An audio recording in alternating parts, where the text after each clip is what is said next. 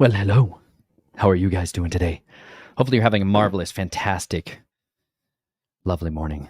You know what? It's raining, which means I'm inside, which is good. It's good for me. I just finished a show. Man, I haven't done an interview in a little while because life's been tumultuous, but I just did a show with like a TV network. Go figure. Totally different. You know what I mean? But you know what blew me away? People are seriously learning about stuff out there. You know what I'm saying? This was like a Christian TV show.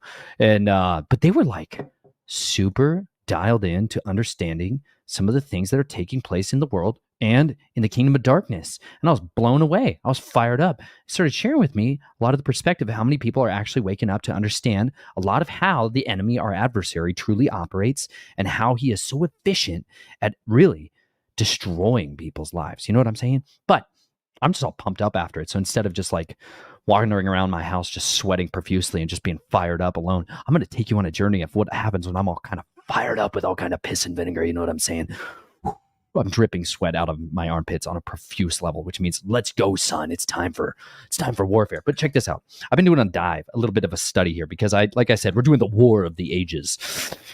I have a playlist here. If you guys aren't aware of it, there's a little playlist with all kinds of treasures in there, and they're just random little pearls that I throw out as I go along in my life. But this is the War of the Ages. We went through part one a little bit ago. We talked about Gregory Reed's book, The War of the Ages. But instead of just doing audiobooks for every single book that I really like, because people throw rocks at me about copyright laws, dadgummit.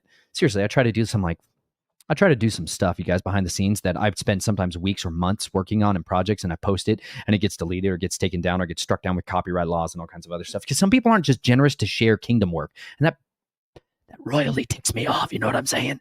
To me, if you're on the kingdom front, you know what I'm saying? I'm not talking about business stuff. I understand. You guys out there, I understand. You're laboring in the kingdom, like for the souls of men. Make your stuff available for people. You know what I'm saying? We'll all spread it. Like I'll give credentialed like shout outs to people and I'll put plugs for everybody's book or website or whatever. But it's a bummer when people like in the body are like not about you sharing their stuff unless you give them some kind of like royalty. You want to channel them back through your website. I'm like, dude, I'll do a really good audiobook for you. I'll do a really fine audio reading for you, for free. I just want to get the material out there. It's like my passionate pursuit is to just make content available for people, period. Because, it says like, buy the truth and do not sell it. Like I read that pretty carefully. Like I'm serious. That's a serious warning about like what we're supposed to do with the truth when we have it. Like give it to people, give it away to people. Anyways, but instead of just trying to do chronologically all of the audiobooks for all of the books that I really like and keep throwing all of my time away, I'm going to just try to do some excerpt readings from some that are like my absolute favorite, like Expelling Darkness, the other one we've been hitting on, Russ Disdar's book.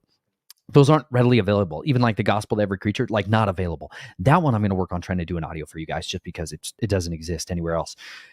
This one though, the Shinar Directives sequel, The Sharith Imperative by Dr.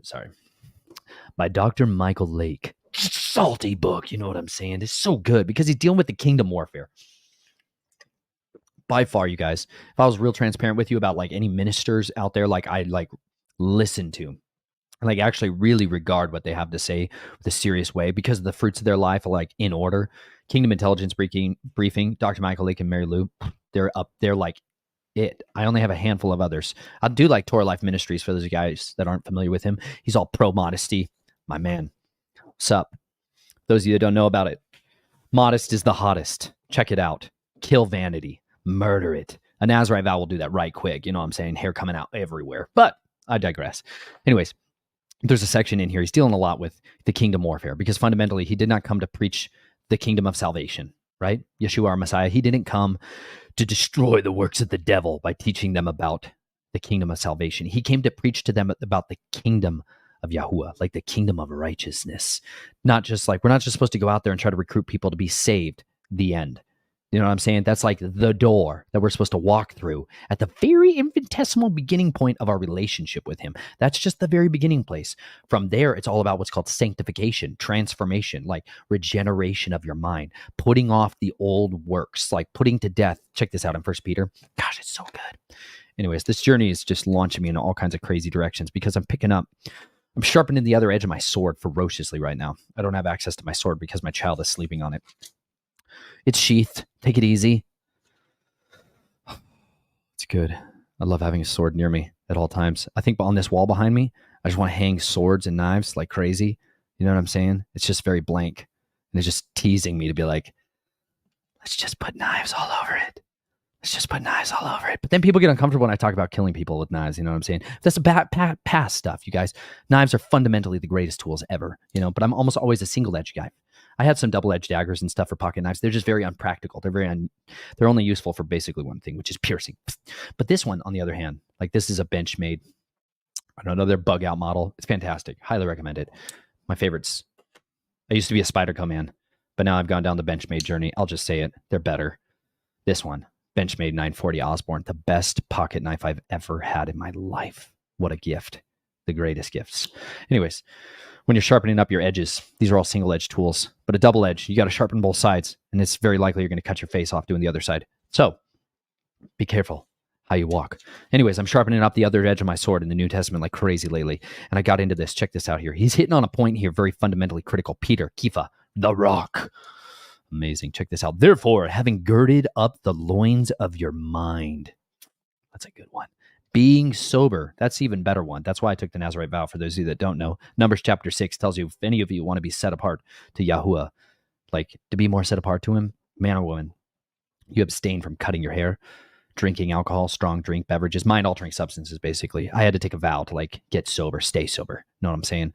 Been a big, long journey, addictions and prolific insanity of my life. But it's been highly effective in shocking and powerful ways. And it's also abstinence from the kingdom of death, which is fantastic. You don't go to funerals. You don't go hang around dead bodies. You don't go walk on top of graves. You know what I'm saying? Like all that kind of stuff. You abstain from defiling yourself. It makes you really think about stuff like what's in your food on a regular basis. Like for those of you that are polluting your bodies by eating blood, you know what I'm saying? I had a great email from somebody that just sent me a message asking about ancestral supplements, ancestral supplies.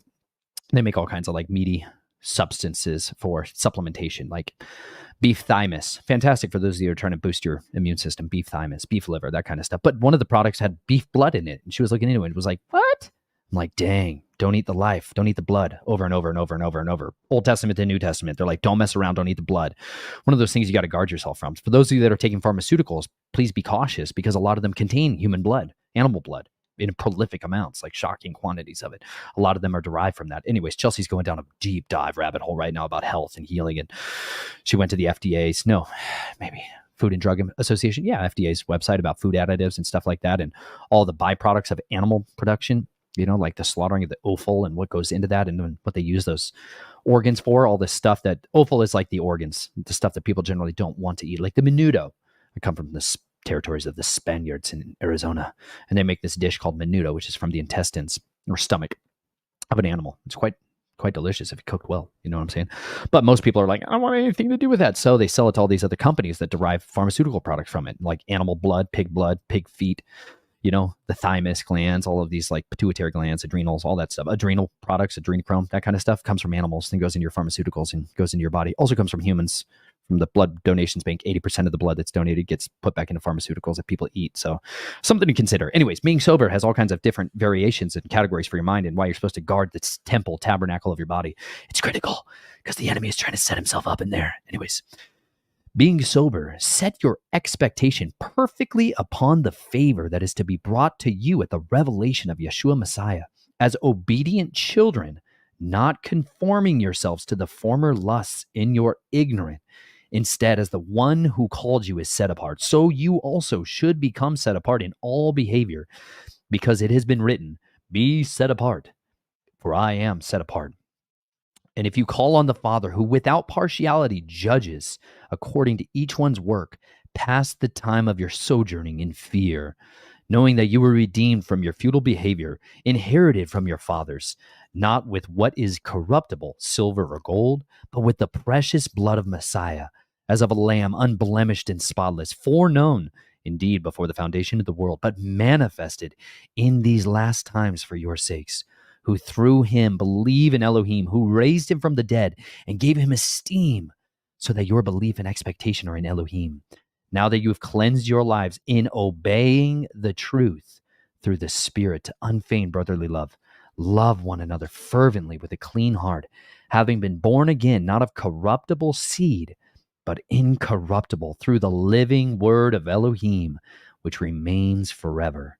Because all flesh is as grass, and all the esteem of man as the flower of grass. The grass withers and its flower falls away, but the word of Elohim remains forever. And this is the word that was announced to you. Having put aside then all evil and all deceit and hypocrisies, envyings and all evil words, as newborn babes, desiring the unadulterated milk of the word, in order that you grow by it. It is indeed, if indeed you have tasted that the master is good. Man, do I know about unadulterated milk, like babies that want milk. I have milk fed my babies now more than ever. I've got twin babies. Hardest 9 months of my life. Hardest year of my adult life. Oh my gosh. Raising twin babies has been insane, crazy. Sorry if my camera's going in and out of focus all the time. There's literally nothing I can do about it. It's been absolutely ridiculous. Lots of craziness. Maybe I'll show you from like May of last year. Oh, it was rough. It was super rough. But you realize they literally desire milk. It's their full sustenance, their full need, absolute need, 100% dependency upon milk all the time to be provided to them. That level of like literally willing to cry until you get it is what he's saying. Like that's supposed to be the baseline deposition of us. We're supposed to have this like absolute need for the unadulterated, unpolluted word on a regular basis, like on an ongoing basis. My children need it all throughout the night. Can you not, man?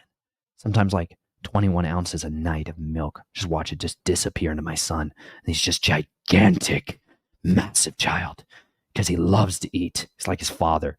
Now he's eating meat scraps that I dribble along the floor for him, and he's just devouring them. I'm like, here's some chicken liver. Have fun with that, buddy. Here's some guacamole, avocado, egg yolks, all kinds of stuff like that. Anyways, he loves it. He loves to eat. He's got teeth coming out of his face everywhere. He's like immediately ready to eat. He's very hungry for the meat too. You're supposed to get hungry for the meat. Don't just live on the milk. You know what I'm saying? You don't need to stay on the milk. You need to get off of that thing. But I digress. This desire for us to have this absolute knowing of the word is so critical. And we spent some time recently with somebody that was incentivizing their children to read the word. And it was brilliant. They were literally, okay, those of you that are stuck inside the professional schooling system, the doctrines of demons known as mass compulsory education, the death trap to many's minds, the place where they murdered your curiosity and killed your absolute willingness to learn about things. You know, the place where they murdered your soul. Dang schools. I'm not talking about education. I'm talking about schooling. Very different. We went and saw schools of fish at an aquarium because my daughter, one of the things we incentivized for her to learn reading was that if she learned to read, there's this like book that we used that was like 100 easy lessons to get your child to read, something like that. I'll drop a picture in ideally. My wife knows a lot more about this stuff than I do. Anyways, we're like, Naomi, you want to know the word. You want to be able to read the word. You got to read through this book. By the time you read through it, we'll take you to this super epic aquarium that was in Springfield. Bass Pro Shops, #1 rated aquarium in the world. It actually was. We've been to quite a few aquariums. This place smoked them all. It was fantastic. But it took her literally a year and a half of like doing that. Now, that being said, she wasn't super motivated to do the whole reading thing. So she's like, meh. Children really are kind of individualistic on a lot of this stuff, which requires individualized training protocols. They need that in their life. And that's why the schooling system is such death. But when we got into this aquarium, they had a tunnel with fish swimming in a school. That's the only place in creation where we talk about the word school, where they're all swimming in this kind of uniformed, conformed pattern where they're like, they're all doing that together. That's what schooling was really designed to do. It has nothing to do with actually teaching you stuff. It has everything to do with indoctrinating you into an ideological pursuit known as the gouvernement. You know what I'm saying? Like that you hate the creator, you hate the word, fundamentally destroy your morals, biblicity. Even in a lot of the Christian homeschool stuff, there's a bunch of just flat out lies, a bunch of garbage, worthlessness in there, a bunch of filthy nonsense. Anyways, I'm reading another book that's called, hold on.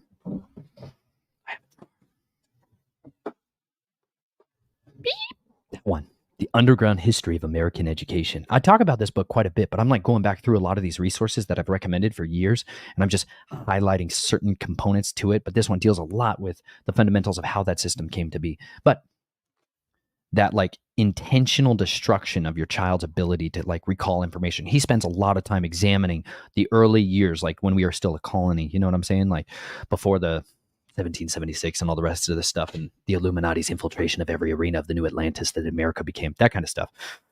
And he's just talking about how reading, proficiency of reading writing, arithmetic was foundational. Everybody basically knew how to read. Like fundamentally, most people, they all grew up learning to read. And then one of the places that they did that was in front of the fire. Like gathered in, when you actually have a fire or wood stove and stuff like that, it makes you draw in to the heat. Okay. Where we have forced air heating and stuff like that, you don't need it. So no, there's not this central place in our home where everybody's gathered together to in the evenings, because that's where light was coming from and that's where warmth was coming from. And it was a place that you needed to be near. And that's where foundationally so many families for thousands of years, that's where their children were educated. That's where education took place, was the heart of the home right there. And that was done surrounded by the word. That was literally the foundation place of training for almost every child in the Americas, was the Bible, was literally the scriptures, was this living sword. That's where they learned arithmetic. There's literally a book in here called Numbers, you guys. You can teach your children reading, writing, arithmetic, communications, everything foundationally they're really going to need to know in order to be successful in life. You can teach them from this book. It's like reality. This should be your primary education source. There's people who memorize, handwrite the Torah over and over and over and over again. That's the first 5 books of the Bible. That's the way they teach their children handwriting, like penmanship. You know what I'm saying? Teach them to copy the word. It's unbelievable how much it will rewire your mind, because this is a living book that's planting seeds into them, and those seeds will always be fruitful. Inevitably, it says the word of Elohim never returns void, meaning it never comes back empty. Every time it's sown out into whatever material it's put into, it's going to be fruitful. The level of fruitfulness and fertility in the heart of the soil is where it lands is another factor, and how much the devil comes in and steals it away, or the cares of this world, or the deceitfulness of riches, or the love of lust of the eyes, the lust of the flesh, the pride of life, all these things that come in and start to devour it away. All those things have bearing on how fruitful it is later on in life. But if you're securing and sowing this into them at early foundational ages, it's so beneficial, because it's building for them this hunger. It's building for them this desire, this neediness to it, this dependency upon it, and you're cultivating that. But it has to start by them seeing you have the similar desire, the similar disciplines, like the discipline of a righteous man to hunger and thirst for righteousness, to seek the kingdom first. So at the start of your day, challenge, do you start with prayer and the word? Like, do you actually? It requires discipline, myself included. I get woken up so many times during the night that it's made it literally to where I'm in a delirious state on an ongoing basis. And some of you guys are like this. There's moms and dads out there like, oh, I know what you're talking about, man. We met another family of twins. We've met a lot of families. We're like in the twin club now. So when people see our babies and twins, anybody who's had twins is all like, whoa.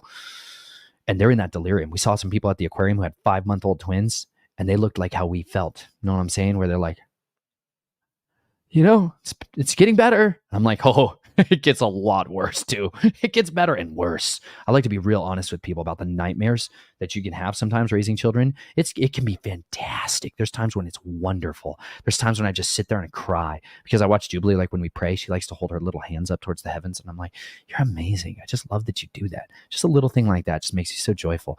But then there's this like fighting and nagging with each other, and like children are difficult. Anyways, you're a child of God. Didn't you know that? You're difficult too. You're stubborn. You're frustrating. That being said, this family that we hung out with, they were incentivizing their child to read by paying them to read per chapter. Basically like, okay, you want something, you want to put it towards a goal, something you want to purchase. Every chapter you read, we're going to pay you X amount of dollars, right? Pennies, cents, however you want to structure it. But this was something that like children that I went to school with, I saw their parents would pay them for A's. You know what I'm saying? Worthless letters that meant nothing. By the way, all those report cards, you guys, I'm saying it's worthless. Sorry if you're still stuck in school and you have to do it. It's worthless. Get out of school as fast as humanly possible. Get out of there. The sooner you get out, the better you're going to do in life. I'm not joking. Best thing I could ever hear is somebody said that I dropped out of school. Praise Yah, you have hope. Get out of there as quickly as possible. There's some schooling, some education that's beneficial. I understand. Not all of it, almost none of it is any value to your children's life. In fact, it's only going to teach them worthless things. It's designed to destroy them. It's designed to destroy them, to confuse their identity, to ruin their souls. Anyways, get fired up from that. That being said, something that can motivate your children tremendously is to make them have a goal that they could work towards, and to have them read through, like the Psalms, read through the entirety of the Psalms. Have them do that, discipline to do that. One of the things that they were also encouraging them to do was like write a word from every verse as you're going along. Like Just write a note of something that you noticed that popped out to you as you're going along. That's brilliant. That's brilliant because as you go along, then as you look at your scriptures later on, you're like, you can do a little highlight glance as you type over it. Sometimes, the whole like highlighting effect, you're like, I'm going to underline these verses. I'll hold it up so you guys can see a little better. This is my favorite scriptures, by the way. ISR Scriptures 2009. One of the best. Dang, my baby's waking up. It's like that, man. All that excitement. Thin walls. He's coming. He's desiring the milk and the meat. I'm going to have to feed him again. Anyways, for Yahweh is our shield, and the set-apart one of Yisrael is our sovereign. Dang, Psalm 89 is salty and dangerous, you guys. I challenge you to read it and memorize it. Anyways, underlining does some things to help it stand out later on, but writing with your own hand alongside it, things that you notice and you have insights in that you learned into it, highly beneficial because you can come back to it later on. You're going to be able to glean your little Cliff Notes version of it. Anyways, there's something that I was gleaning from because I was hitting 2 Corinthians like crazy, 2 Corinthians 4, and I saw this just ridiculous strategy. I'm trying to glean through what are the seeds of righteousness that can be sown out into our lives, into the lives of others that are going to germinate, but also what are the seeds of the enemy? What are the seeds of the dragon that he has sown out into our lives and infecting everybody with? It's all good. She's in there. What are those seeds that he's infecting the people of our world with? You know what I'm saying? So in the Shreth Imperative, one of those things he hits on right here, check this out. Anyways, he's talking about here in page 122.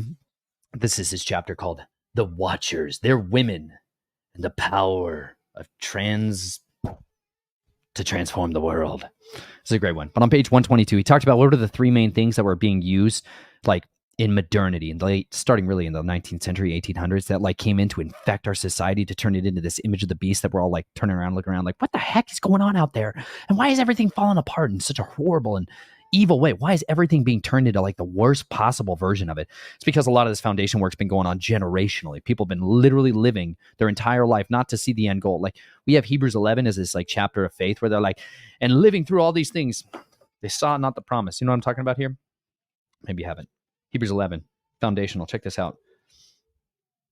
There you go. We'll just jump in here. By belief, he left Mitzrayim, Moshe, not fearing the wrath of the sovereign, for he was steadfast as seeing him who is invisible. By belief, he performed the Pesach and the sprinkling of blood, lest he who destroyed the firstborn should touch them. By belief, they passed through the Red Sea as by dry land. And when the Mitzrites tried it, they were drowned.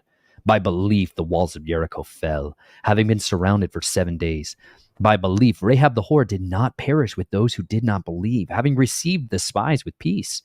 And what more shall I say? For the time would fail me to relate of Gideon and Barak and Shimshon, Yiftah, and also of David and Shemuel and the prophets, who through belief overcame reigns, worked righteousness, obtained promises, stopped the mouths of lions, quenched the power of fire, escaped the edge of the sword, out of weakness were made strong, became mighty in battle, put foreign armies to flight.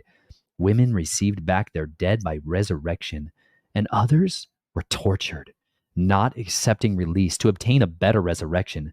And others had trials of mockings and floggings and more, of chains and imprisonment. They were stoned. They were tried. They were sawn in two. They were slain with the sword.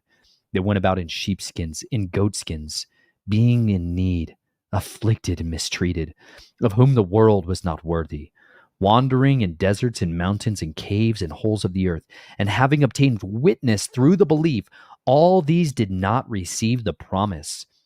Elohim having provided what is better for us, that they should not be made perfect apart from us. These were the righteous people who had that word sown into them very early on. This is the fruit of their life being recalled and recounted for. This is the true Hall of Fame. Not the sports Hall of Fame that the idolaters are worshiping at. Murder your sports gods, please. I'm not saying the humans necessarily. I'm saying like the literal idolatry that sets yourself in your heart to go worship the gods of sports. It's circus to distract you from living a bold and courageous life for the kingdom. It's worthlessness. Cast off the things that are literally serve no value. I was so hopeful that during COVID, there was going to be a death to all the sports. And then they put paper mache cutouts of human creatures in the stands to make it look like there's still people out there, fans and such. Come on, guys, get out of this stuff. Anyways, there's a crazy, insane, adventurous, wild, daring, deadly world out there that you could be fighting for, a crazy, insane kingdom of awesomeness that you could be a part of. That's just Has nothing to do with that worthless stuff. Anyways, this is like the Hall of Fame. They call it Hall of Faith. It's such an epic chapter. It should be one that you're like well versed in, well acquainted with. There is here a foundation of people that literally labored towards something that they never saw come to pass their entire life. And then their seed, their sons, their children, their daughters carried on in that mission. They carried forth the fruits of that mission continually for generations. And because of that, we also get to participate in that. There is also an inverse version of this that takes place in the kingdom of darkness, who instruct their children diligently from the days of their youth, foundationally. They impart to them these doctrines of demons, these charged writings. They make them well versed in the word. I'm talking about the Bible just as much as I'm talking about other Bibles, doctrines of demons, other occult writings and esoteric circles, things that are being brought in to indoctrinate them in. However, they are well trained in that at an early age so that they can carry on this agenda of these adversaries to our kingdom. Okay. They are fighting day and night to advance this kingdom because they literally have immortals they report to. They literally have these other deities that they're accountable to. And because of that, they have been advancing through three predominant tools this agenda. Dr. Michael Lake addresses this a lot in the Shinar Directive. I highly recommend it. If you've not read through it, if there's any one recommended reading references, you guys, that you could dive into, check out the Sharith Imperative. The Shinar Directive is the first one, and then this one, okay? Anyways, he talks about these three agents, eugenics, evolution, those were the two big ones, and then spiritism. He said, yes, I was remiss in my scurry to complete my former work to include the third piece of puzzle, spiritism, also called spiritualism. As major portions of Western society were rejecting historic Christianity in the 19th century, they raced toward the other end of the spiritual spectrum in Eastern mysticism. The 19th century pastor and theologian George H. Pember warned the church of the dangers of spiritism in Earth's earliest ages. And lastly, there was yet a third class of men devoted to the higher and more intellectual forms of pagan worship, initiates of the mysteries, those secret societies, which had then woven their nets over the whole of the civilized world. These crept into the fold unawares, as true wolves in sheep's clothing, with deliberate intent to worry and destroy the flock. For from the first, with an instinct of Satan, they marked the Christian as their mortal foe, and perceiving with ever-increasing alarm the failure of persecution after persecution from Nero to Gallienus to suppress this new sect, felt that it could not be exterminated by open warfare and must therefore be seduced and corrupted by craft. This is like the doctrine of the Jesuits, the Counter-Reformationists. This is the foundational way that they work. This is the subterfuge of the serpent through and through. This plan was far more successful than the violence of persecution, where the sword of the world failed its flatteries, were victorious. The astonished church beheld the frown of her cruel oppressor softening into a friendly smile, was bewildered with offers of peace and union from those who had hitherto breathed out threatenings and slaughter, and become elated with the sudden change, and was not indisposed for compromise. And thus the world became nominally Christian, and vast crowds of idolaters passed within the pale of the visible church, bringing with them their old gods and goddesses under new names, as well as their incessant sacrifices, their rites, their vestments, their incense, and all their paraphernalia of their impious worship. Nor did the philosophers fail to contribute their share to the perplexing confusion which speedily obscured every vital doctrine of Christianity. For by skillfully blending their own systems with the truths of Scripture, they so bewildered the minds of the multitude that but few retained the power of distinguishing the revelation of God from the craftily interwoven teachings of men. Come on, y'all. People used to write so well. People were smarter before us. Do you know what I'm saying? Like, just be real honest with yourself. People were way smarter back then. This is what happened when people used to be well acquainted with reality. They used to have a firm grasp of how the kingdom of darkness was operating and how they were infecting themselves. Basically, the tactic of the enemy became, whenever we physically attack these people, okay, when we physically persecute them, like go back to the very beginning, When we physically try to stomp them out and kill them, what happens? Okay, all the way, go back to Genesis 3. They're like, let's start with the seed war. Cain literally kills the carrier of the seeds of righteousness. Cain's like, I'm going to kill Abel. That's the seed of the serpent. Doctrines of demons right away. They start another genetic. They start another child, Seth. Okay, there's a physical war going on from that day forward with the seed of the serpent, the people that get possessed by this ideologies of pursuing the doctrines of demons, the ways of darkness. They embrace that. They embrace the iniquity force. When they take that upon themselves, they become completely possessed with a malice. Malice is inventing ways of causing harm to your enemies. They become possessed with this need to pursue an adversarial approach to people of righteousness. It's because you're swallowing the seed of the serpent. That's the fruit that's always going to come out, is war with the seed of the righteous. That seed war has been going on. And early on, they systemically tried to blot out the physical bloodline, the seed line of the Messiah, the prophesied seed that would come to stomp the head of the dragon, to stomp out the head of the serpent. Okay, they have been making that war physically. In Genesis, the way that the strategy that they did that was with the Watchers coming down. Watchers are a class of immortals that rebelled, came down on Mount Hermon, intermingled their seed line, their genetics into women to corrupt the genetics of the earth. Okay, they literally filled the earth with an altered image, with these images of the beast, with this literal perversion of what the Creator intended us to be. Animals, plants, everything got corrupted. Okay, this is why Noah was preserved. He was literally pure in his genetics still. Okay. That war failed. Okay. After the flood, the enemy had a different strategy, okay, which was the restoration of the mystery religions. Okay. These writings of the Watchers that had been inscribed on stone, the things that people still to this day, many secret societies, many government agencies, there's a foundational need to go and discover what these Watchers, what these previous ancient civilizations wrote, because they're trying to use that to rediscover ancient technology. Before the flood, it was far more advanced civilization than anything you see today, beyond your wildest imagination, most impossible for us to get our head around. Giants and hybrids walking around, interconnected communication systems, power and energy systems, completely different than anything you and I would consider of this day of modernity. They're trying to rediscover that stuff and utilize it again. That's why, like, things like even the Reynolds family, they developed this submarine called the Illuminaut so they could go down into the depths of the oceans. It used to not all be oceans around everywhere, you guys. Before the flood, it wasn't always oceans. Okay, major 4 rivers watered the earth. Mist came up from the ground and watered the whole earth. It was not rain and floods and all this stuff. So that area, that landmass, used to be where people lived, where these creatures lived, where they had civilizations. There's still ruins down there where this technology and stuff has been buried under mud and silt.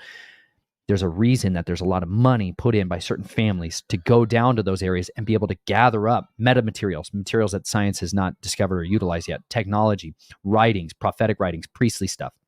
Anyways, those are some of the tools that they use to do that. This is why science that gets funding is stuff that's looking to talk to the stars and the celestial beings above our heads, and stuff that's going down to the depths of the earth to be able to collect this stuff. That's why we have a lot of these research programs. That's really what they're there for. So I did a great show recently with a guy named Billy from Permapastures Farm, and we talked a lot about Mount Graham in Arizona. Oh, I got to put out that interview. It's super good. Anyways, we talked about the Lucifer device that the Vatican Church uses, the Vatican as a whole, and the Jesuits. They love looking up at the stars and communicating with those deities up there. But underneath it, they also have particle accelerators to open portals down into the underrealm. It's a crazy, insane world. It's more wild than you can even imagine. That's why you don't need video games and crazy sports stuff. It's just crazy, more cool out here on this side of reality. Real reality is crazy, fantastic. Anyways, the Kingdom of Darkness strategy after the flood was to gather up that knowledge again, like with Nimrod. That's literally what he did. He gathered up that knowledge and altered himself to become like one of the gods. He wanted to be like the immortals. And he raised up all of society, like all of the world, under one religion, one mind, one tongue. Like they were trying to literally go and do the very thing Halal ben Shahar declared he was going to do, was rise and ascend into the Most High, to literally put himself above the stars. They literally were building a tower to the heavens to try to reach in and make war with Elohim. During that time, the languages were scattered, okay? That knowledge base, all of the religious worship and all of the power of the tools that they had by gathering that information was scattered. 72 different principalities and rulers over the nations. The nations were divided, okay? One nation was chosen out of all of them, Abram, literally the same time frame, you guys. One nation was chosen, 70, the others were all given principalities and powers to rule over them, whereas Yahuwah chose one nation to be his inheritance. Okay, that started with Abram, and then it came all the way down to Isaac and Jacob and Israel, ultimately. That literally is where these wars have gone from then on, because we are living literally amongst the influence of these other mighty ones, these other gods that rule over these other principalities, like the prince of Persia that Daniel sitting there praying and asking Yahweh to answer him. And he's like, why haven't you answered me? It's been 21 days. And he's like, sends a different immortal to send him a message like, listen, I came to answer you right away, but I got held up in this battle in the heavenlies with the prince of Persia, the principality over the kingdom of Persia. He held him back until Michael, who was the prince over Israel, came and held him back, fought him back so I could get free to be able to come down here. That's how literal wars take place in the heavenlies, guys. When you pray, like actual wars take place. Sometimes those wars cause us to have a lot of doubt because we're not seeing fruitfulness of our prayers. But what we don't understand is there's powers behind this realm that we don't see fighting against us day and night. They don't sleep, they don't hunger, they don't thirst. They wage war against the kingdom of righteousness. But understand, there's many more of the sons of righteousness, and there's many more immortals who are obedient to Yahuwah's ways that have not rebelled. So because of that, the mystery religions are people that have gone out and tried to collect those pieces of information, the esoteric secret writings. They're trying to regather that stuff and build it up again. That's the main strategies of the enemy to this day, is infecting the world with those pagan ideologies, those occult influences, to get them to draw them ultimately back under the son of perdition, this lawless one who will lead the whole world astray. It's like the dragon is literally going out to lead the entire world astray. He's going to give all his power to one being to try to raise him up, to exalt him. It's going to be a wild time. But during this time, like what we're in now, we're experiencing the fruit of that war. And now they realize, listen, we can't persecute these people physically. Every time we attack them, they multiply. So let's, instead of fighting them, join them. Let's infect them with all of these idolatries. This is what happened with Constantine, and the embracing of the Romans instead took on Christianity, a paganistic form of it, through the Universal Catholic Church, the great whore, that adopted paganism and mixed it with the gospel of the kingdom. And they started creating this conjuring of esoteric occultism inside the body of Messiah, desecrating the body throughout it. And they made that the mainstream form of religion for so many people. People still associate Christianity with Catholicism, and they could not be more further from each other. They're diametrically opposed foundationally, but many people have meddled between those two. That being said, that strategy of subterfuge, of sowing this other seed into our biblical doctrines, is what has destroyed so much of that. Dr. Michael Lake does a great job at breaking that down, especially from the seminary side of it. He's much more classically trained in seminaries, and he saw where things like textual criticism, hermeneutics, and these other things that they're literally basically trying to destroy how people look at the scripture, that it's not really a spiritual book, that it's more just like, people kind of just wrote this stuff down. It's more like kind of a historical thing. Remove all the spiritual side of it, okay? To remove the divinely inspired portions of it, to degrade people's faith in it, ultimately.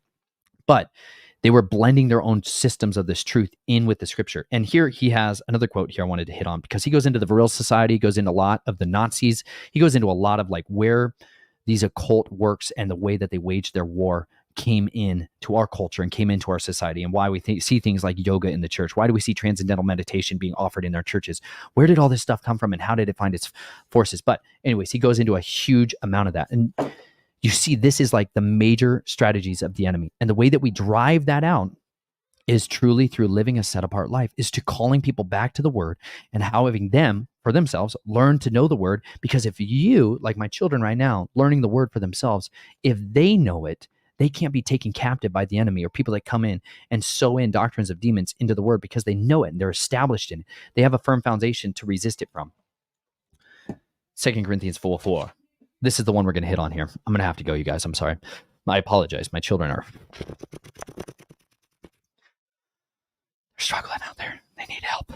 Anyways, therefore, this is 2 Corinthians 4. Therefore, having this service, even as we received compassion, we do not lose heart, but having renounced the secret ways of shame, not walking in craftiness, nor falsifying the word of Elohim, but by the manifestation of the truth, recommending ourselves to every human conscience in the sight of Elohim. And indeed, if our good news has been veiled, it has been veiled in those who are perishing, in whom the mighty one of this age has blinded the minds of the unbelieving, so that the enlightening of the good news of the esteem of Messiah, who is the likeness of Elohim, does not shine on them. For we do not proclaim ourselves, but Yeshua the Messiah, the Master, and ourselves your servants for the sake of Yeshua. For Elohim, who said, let light shine out of darkness, is the one who has shone in our hearts for the enlightening of the knowledge of the esteem of Elohim in the face of Yeshua Messiah. And we have this treasure in earthen vessels, so that the excellence of the power might be of Elohim and not of us, being hard pressed on every side, but not crushed, being perplexed, but not in despair, being persecuted, but not forsaken, being thrown down, but not destroyed, always bearing about in the body the dying of the Master Yeshua, that the life of Yeshua might be also manifested in our body.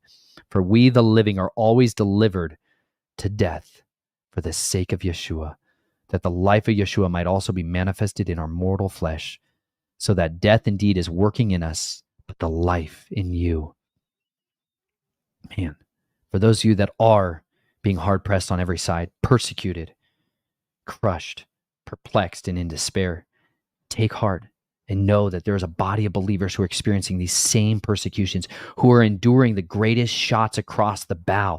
The enemy is waging his war day and night for the souls of mankind. Listen, some of you are taking an absolute onslaught of enemy fire right now. And you know what? Be encouraged, because that means you're over the target. The enemy never wastes a round of ammunition. He never wastes his fiery arrows, his missiles, his javelins. Okay? I'm going to do it right now. The Javelin missile system, real quick. I'm going to talk about military tactics. Okay, check this out. The United States Army has adopted something that's called the Javelin missile system. Hundreds of $1,000s. Okay, crazy tool. I'm going to be honest. I'm going to geek out on weapons for a second here. Javelins. We read about in Ephesians 6. It says, above all these, when you're taking up your armor, you know what I mean? Because you're in a war, you need your armor on. It says, above all else, taking up the shield of faith, with which you can extinguish the fiery missiles of the evil one. We don't think about, like, people used to have like a guy with a bow and arrow with like a fiery dart on it, little like an arrow that's burning. It's actually pretty hard to do. It takes a lot of work to make an arrow stay on fire the entire way to targets. I've watched a lot of videos of guys doing it. It's pretty savage. Check it out anytime. Anyways, you're shooting these arrows out and they're like, you know, like, oh, that arrow's on fire. It's kind of a tracer. It's actually easier to dodge it if it's on fire and you can see it coming. You know what I'm saying? Anyways, don't think like that. Missiles, okay? Think about something that's going like 1,200 miles an hour coming at your face. Laser guided, crazy, deadly stuff. Heat seeking, coming to gun you down. Yeah. That's what we're talking about. That's what the adversary has, okay? One of those missiles the United States Army uses, military uses, it's called a Javelin. Salty. Oh, I can look it up for you. Hold on. This will be fun. I can share my screen. Check this out. Javelin. Okay, when you want to fight something that's like an armored target, okay, this is how the adversary sees you. If you don't see yourself like this, it's because you have a false identity. You don't know who you are or what you are, but you are an amazing person. You are made for war. The enemy sees at you as like a gigantic tank that's dominating a battlefield, and everyone's trying to shoot at you with their pea shooting M16s and ARs and their tiny little AK-47s, and maybe they got some more thunderous, 50 caliber stuff, and they're trying to take you out. And it's just like ting, ting, ting, ting, ting, ting. You're just driving along, chugging along. You're just like firing off the word. You're like, whatever, yo. It just sounds like a little hail outside. Don't even mind. Then all of a sudden, the enemy's like, you know what? There's like an actual adversary on the battlefield. We better take that sucker out. Take out that threat to us. Ready? Check this out. This is what it looks like. Yeah, let's do it. Javelin missile systems. Oh, yeah. This is the deadly stuff. You know what I'm saying? So this thing, when you're trying to take out an armored target, this is what they utilize in our military. Because here, what you got here is going on is you got this guy, one dude, Shalomi homie, bad guy. It's like a demon. I'm going to work against you. You got this throne that's like targeting you, and you're like, oh, there's a tank on the battlefield. So let me launch this thing. So what this thing does is it has a few different ways of attacking a target. Instead of just using like a traditional fired method, okay, that just launches like an AT-4. Let me show you an AT-4. Two different weapon systems here. AT-4. Bear with me. Not that truck. Garbage. This thing. I've shot these. They're fantastic. It'll go through like 17 inches of plate armor. Fantastic. Traditionally fired missile. Flat trajectory. Goes straight out. Wherever it pointed at, that's what's going to shoot towards, that direction. Okay? There you go. It's a better direction of what it looks like. Okay? Okay. Versus the Javelin system. This thing will attack a tank. Tanks are armored on their sides. super powerfully. Let me end this here.